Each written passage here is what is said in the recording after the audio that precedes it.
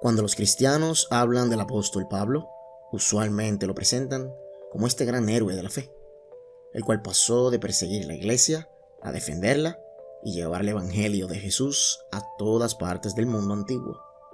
En fin, colocan a Pablo en la posición más alta detrás de Cristo.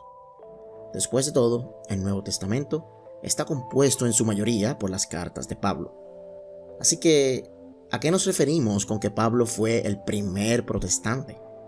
Bueno, de la misma manera que en el siglo XVI se levantó la Reforma Protestante ante las doctrinas de la Iglesia Católica Apostólica Romana, así también en el primer siglo Pablo se levantó en protesta contra el primer movimiento cristiano, liderado por Santiago y los 12 apóstoles en Jerusalén. Y ya sé que esto suena extraño, pero créanme que con la información que están a punto de escuchar en este video y en el resto de nuestra serie, sin duda alguna les volará la cabeza. Así que, ¿cuál fue el problema? La Biblia aparenta presentar una gran armonía entre Pablo y los 12 apóstoles. O eso creemos. Verán, para Pablo, el cristianismo era la última revolución espiritual, donde si creemos en este personaje llamado Jesús, estamos tomando parte en un evento que cambiaría el cosmos por completo. Para Pablo, la resurrección no era solo un evento físico donde se levantan los muertos y listo. No, para él la resurrección era la transformación de todo el cosmos, donde nuestros cuerpos también serían partícipes. Tanto muertos y vivos serían parte de esa transformación cósmica que estaba a punto de ocurrir en el primer siglo, cuando Jesús regresara a la tierra. Por tal razón, Pablo enseñaba un evangelio donde todos somos iguales, como dice en Gálatas 3:28. Ya no hay judío ni griego, no hay libre ni esclavo, rico ni pobre, hombre ni mujer, porque todos somos uno en Cristo. Pero esto no es lo que enseñaba la Iglesia Apostólica de Jerusalén. Los 12 apóstoles de Jesús recibieron un evangelio del mismo Jesús, el cual enseña en Mateo 5, 17 y 18. Que no piensen que he venido a anular la ley o los profetas. No he venido a anularlos, sino que a darles cumplimiento. Les aseguro que mientras existan el cielo y la tierra, ni una letra, ni una tilde de la ley desaparecerán hasta que todo se haya cumplido. Y también hay una diferencia entre judío y gentil, ya que el mismo Jesús les enseña en Mateo 23, versos 2 y 3, que los maestros de la ley y los fariseos tienen la responsabilidad de interpretar a Moisés. Así que ustedes deben obedecerlos y hacer todo lo que les digan. Pero no hagan lo que hacen ellos, porque no practican lo que predican.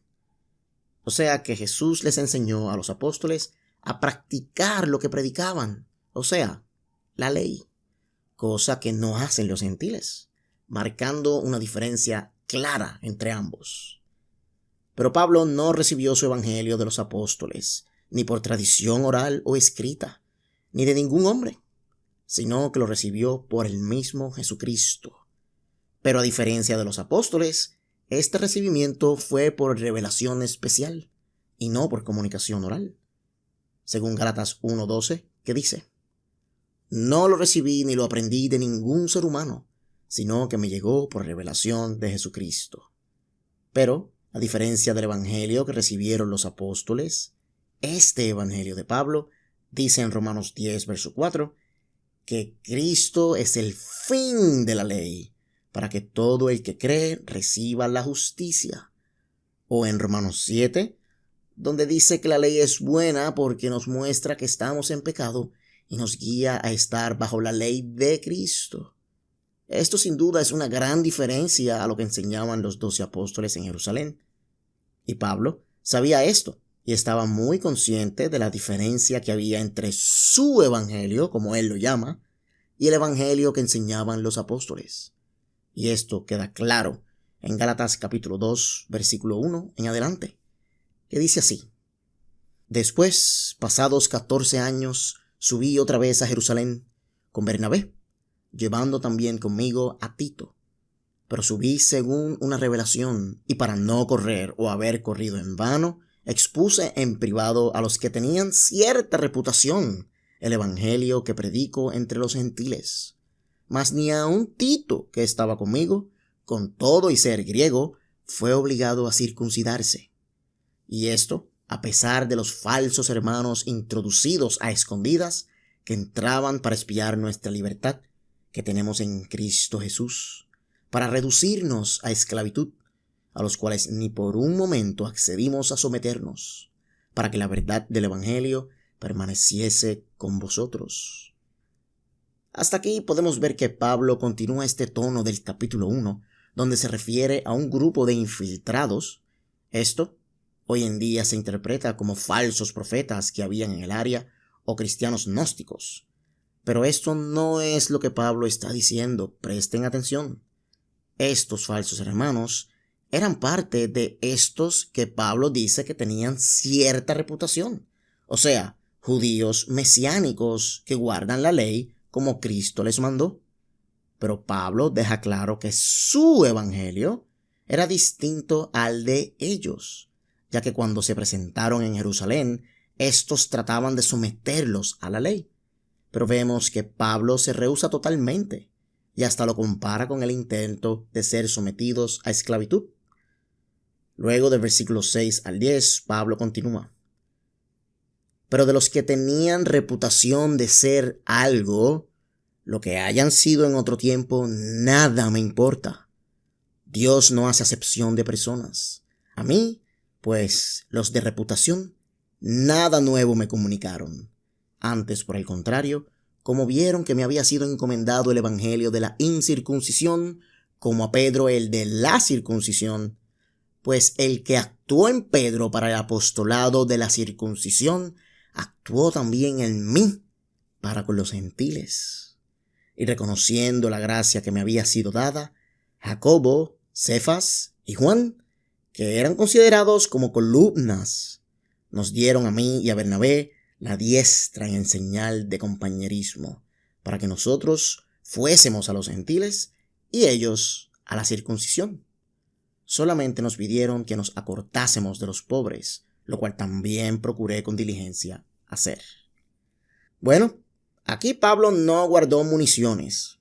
Podemos ver que empieza con un tono de superioridad, dirigiéndose a los que tenían reputación de ser algo, refiriéndose a los apóstoles y a Santiago, pues nada le importa a él su reputación. Y ellos nada le dijeron cuando Pablo les dejó claro que su evangelio era distinto al de ellos. Ustedes predican la gracia con la ley y yo la gracia sin la ley. Al parecer ellos no tuvieron problema, ya que Pablo nos dice que lo único que le pidieron fue que se acordaran de los pobres. Pero me parece interesante como Pablo dice que el mismo que le confió a Pedro el evangelio de la circuncisión fue el que me confió el de la incircuncisión para que vaya a los gentiles. Esto nos muestra que el libro de Hechos puede estar errado, ya que ahí se le llama a Pedro el apóstol de los gentiles, cosa que Pablo niega aquí, porque él es el apóstol de los gentiles y no Pedro. O quién sabe, a lo mejor es Pablo quien, lleno de envidia, se hizo llamar a sí mismo el apóstol a los gentiles, sin que Jerusalén lo aprobara. Pero más adelante vemos que Pablo no se conforma con que los famosos pilares, o sea, Pedro, Juan y Santiago, hayan estado de acuerdo en que Pablo predique un evangelio sin la ley, porque justo en el próximo verso se forma una trifulca entre Pedro y Pablo. Continúa Pablo en el verso 11 al 14. Pero cuando Pedro vino a Antioquía, le resistí cara a cara porque era de condenar. Pues antes que viniesen algunos de parte de Jacobo, comía con los gentiles.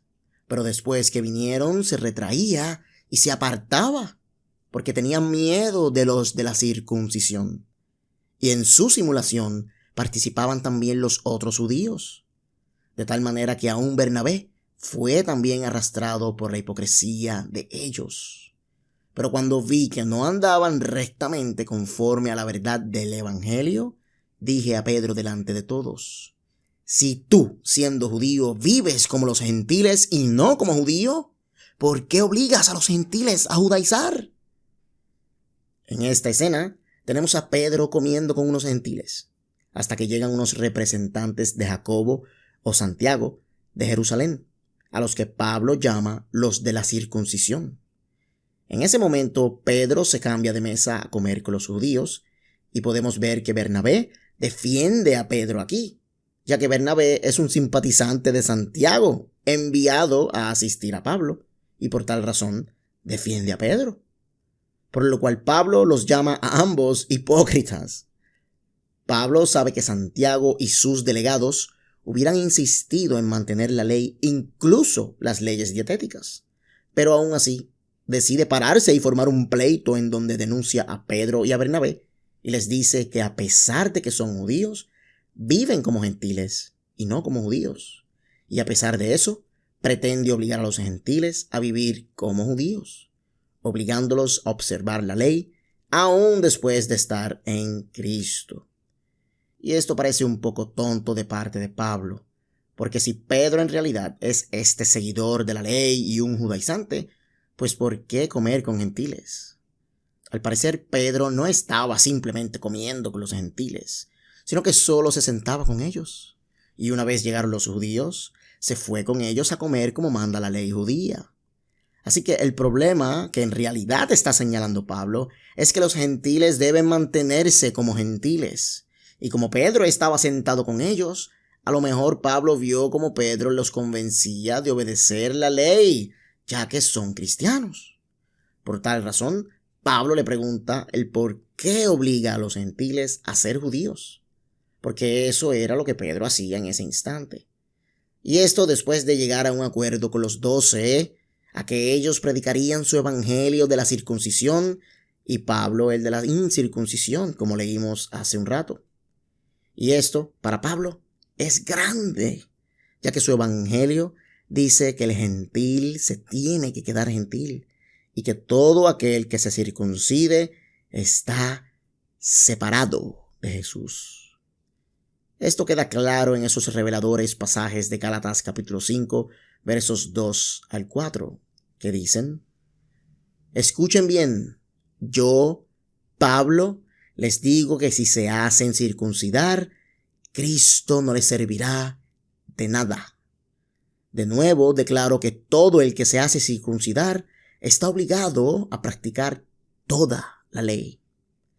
Aquellos de entre ustedes que tratan de ser justificados por la ley han roto con Cristo, han caído de la gracia. Es curioso ver que nadie en Jerusalén creía esto, solo Pablo. Así de grande es este asunto para Pablo. Por eso denunció a Pedro, porque éste estaba tratando de convertir a los gentiles al evangelio de la circuncisión, cosa que es normal para Pedro, ya que eso fue lo que recibió de Cristo, dicho por el mismo Pablo en Gálatas 2. Pero no es normal para Pablo, ya que por eso fue que llegaron a un acuerdo de cada cual predicarle a los suyos. Así que en esta primera parte podemos ver que Pablo, por alguna razón, está en contra del cristianismo de primera generación, aquel que fue fundado por los apóstoles y Santiago en Jerusalén, lo que Pablo llama el evangelio de la circuncisión. Esto, sin duda alguna, pone a Pablo en contra de Santiago como líder del movimiento cristiano y contra sus comandantes de guerra, o sea, Pedro, Juan y el resto de los apóstoles, convirtiéndolo en el primer protestante cristiano de todos. Así que no se pierdan la segunda parte de esta serie, la batalla de los apóstoles.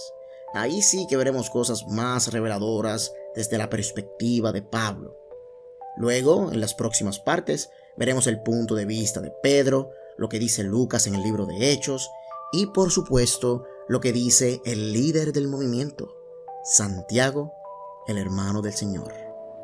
Así que no se pierdan el episodio 5 del podcast llamado La Batalla de los Apóstoles, todos los sábados por aquí, por La Experiencia Escéptica.